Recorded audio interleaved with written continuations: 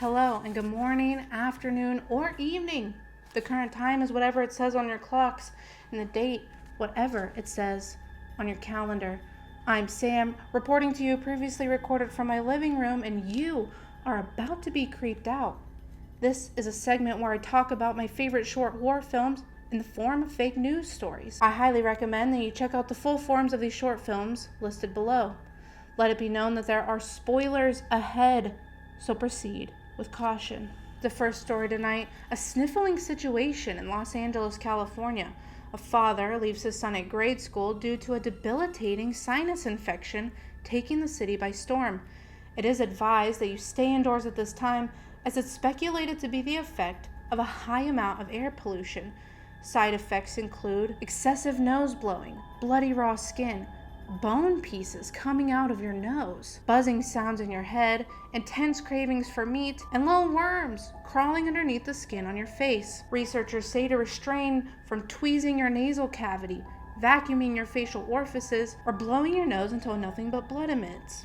It is proven that none of these will do any good, and you will be in pain for a couple of days. It's okay, folks. Nothing to worry about. After some time, you will with certainty painfully sneeze out a humanoid chicken cutlet that you will only know as your child. It's going to look cold, so I suggest that you hold it up to the sun for warmth. Scientists and doctors have no other information at this time. We take it to Sam in the field for her opinion. Sam? Thank you, Sam. Okay, so the first time I watched this, I actually got horrified because I did have a runny nose for almost a month straight, and I had to pause this and do some deep breathing because it was giving me an existential crisis. Having watched it again, it definitely still makes me queasy, but I think about this film often, so it's doing something right. I think up until the end, it's relatively realistic. I'll say the only thing, the bone coming out of the nose is horrifying and sounds incredibly painful, but I feel like there would have been more of that. So the end, you have the weird chicken cutlet baby. It could have been a lot scarier. It could have been creepier, like a nasty worm thing. I'm assuming that the bone coming out of the nose was the baby making room in the facial orifice and the facial cavities. I don't know. I feel like that could have either not happened or gone farther. And being said, with the weird baby, this is reminding me of the movie Vivarium. This person's getting suckered into caring for someone else's young. On a scale of 1 to 5 snots, I'm going to give this 4 snots because I think about this film so often. And I feel like it's done really well. It's terribly horrifying. It's very realistic in its approach and almost pandemic-y, which, everyone's a little bit too familiar with, am I right? Anyways, 4 snots. Back to you, Sam. Thank you, Sam. Up next, a scrub who couldn't get no love. The almost murder that stemmed from a dire desire of companionship.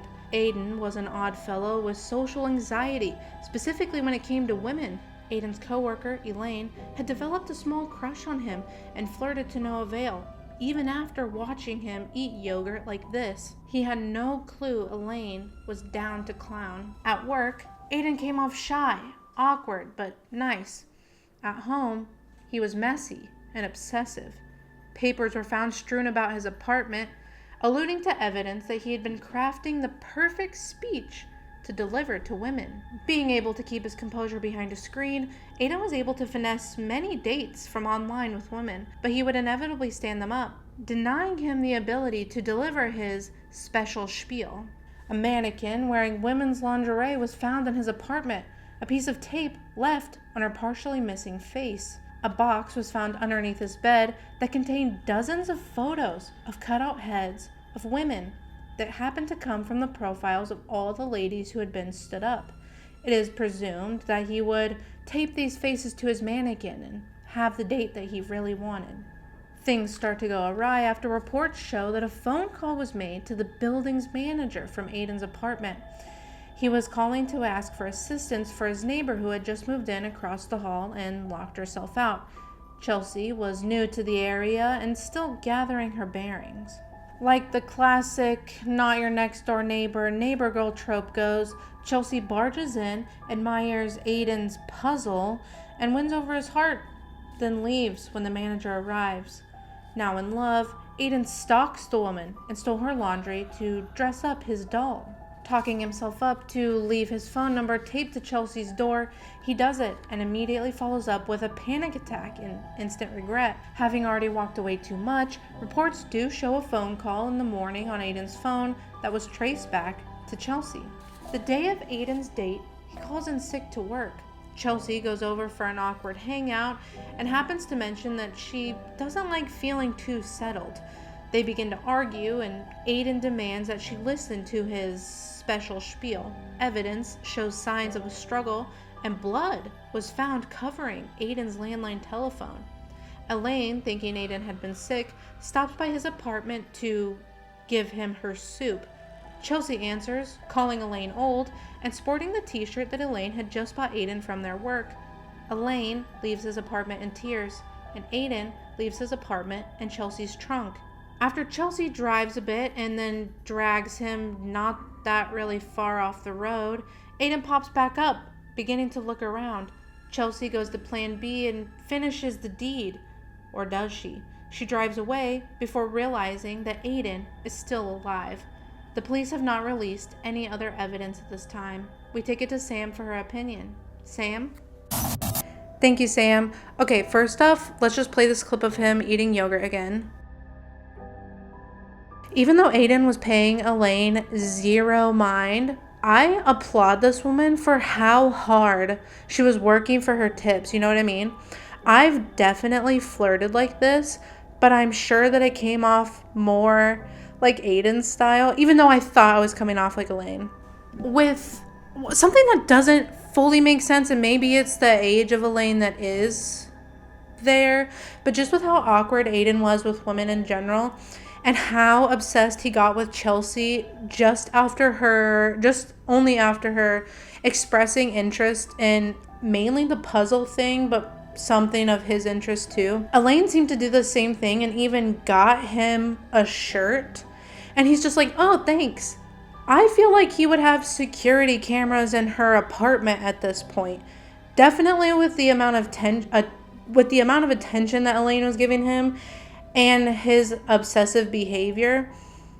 Maybe not. Maybe that's not how it goes. I just feel like there would have been a little bit more of something there. Chelsea was hella rude to Elaine, and I know she was like interrupting her little murder sesh. Are you his mother?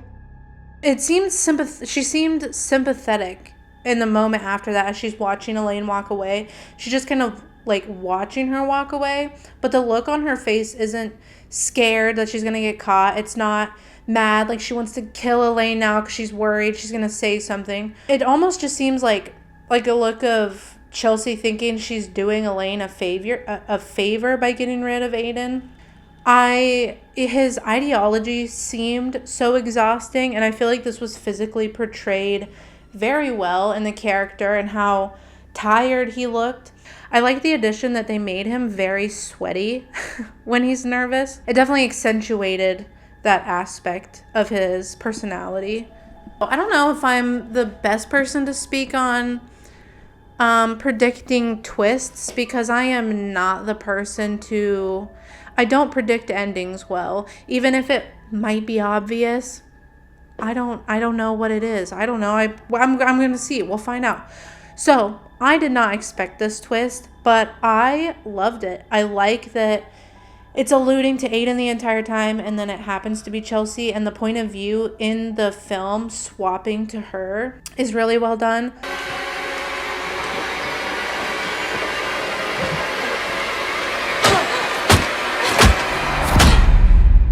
I didn't plan this. I never do.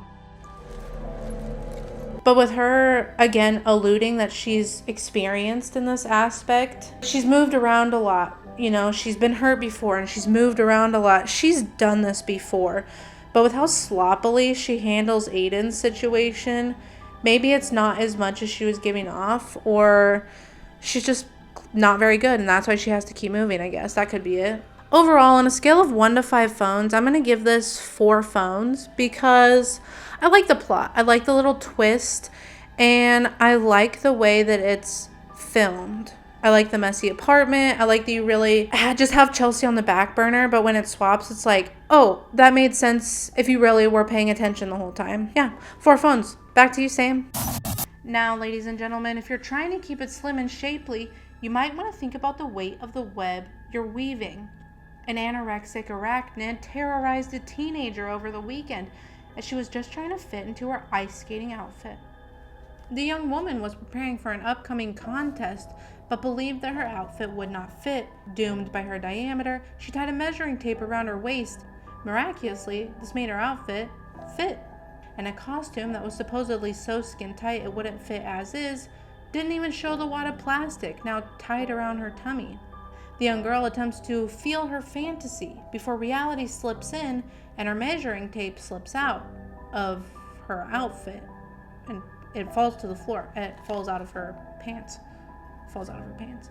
She shoves it back into hiding before an awkwardly animated spider unproportionately crawls up behind her and pricks her on the back of her neck with its pointy leg. This distracts the young woman briefly, turning her attention away from the mirror to a door behind her.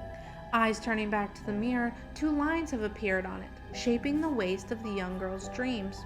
Alarmed and oozing black slime from her nose, the girl goes to escape her room, only to open the door and find another mirror, just like the one she's trying to escape.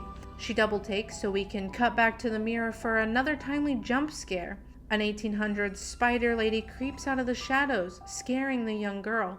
She slams the door and goes to run away, stepping on the measuring tape peeking out of her dress.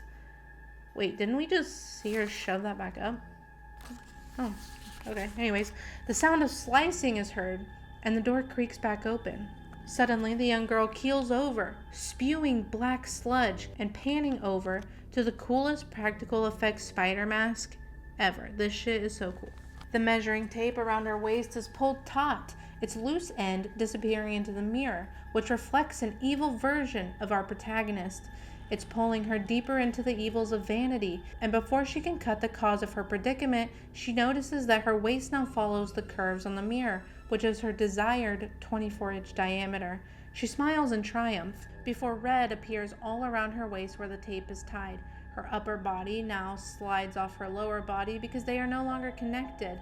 A magic hidey hole appears in the floor, and her body is pulled into it. Reports show that shortly after the girl's disappearance, a broadcast was shown on lower frequency channels showing the young girl miraculously put back together, connected with strings, almost like a puppet. A narrator announces that women should be dainty, small, and not take up too much space. We're then treated to an eerie smile from the young protagonist. Now, we take it to Sam for her opinion. Sam? The creature feature in this is so cool to me. I love the spider design.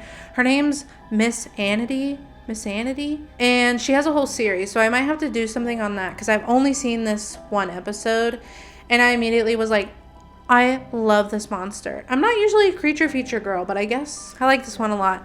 And am I the only one that's getting like heavy Japanese undertones to this?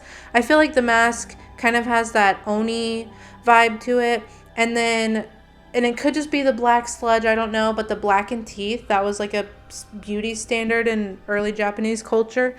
And so I'm wondering if there is something to that. Maybe this is based off of some Japanese lore or something, Japanese mythology, I don't know. That's what I was getting out of that. I wasn't sure. I really hate the continuity error of the measuring tape around the stomach. I get what they were going for, but that being the main point of what starts her getting sliced, they definitely should have made sure that was there the entire time. I noticed that they relied on camera cuts for their jump scares. Very obvious. There's ways that I feel like they could have done it a little better to make it even scarier. It was very trope-ish, and you could see it coming. And like they had her look away so they could cut the camera. They're like, oh, just look behind you and look back so we can have it pop back up. And they did this 2 times. And the 2 jump scares in it, that's exactly how they handle it. And then they had such a cool practical effects monster. I'm pretty sure there's some animation on it when her little tendrils are moving.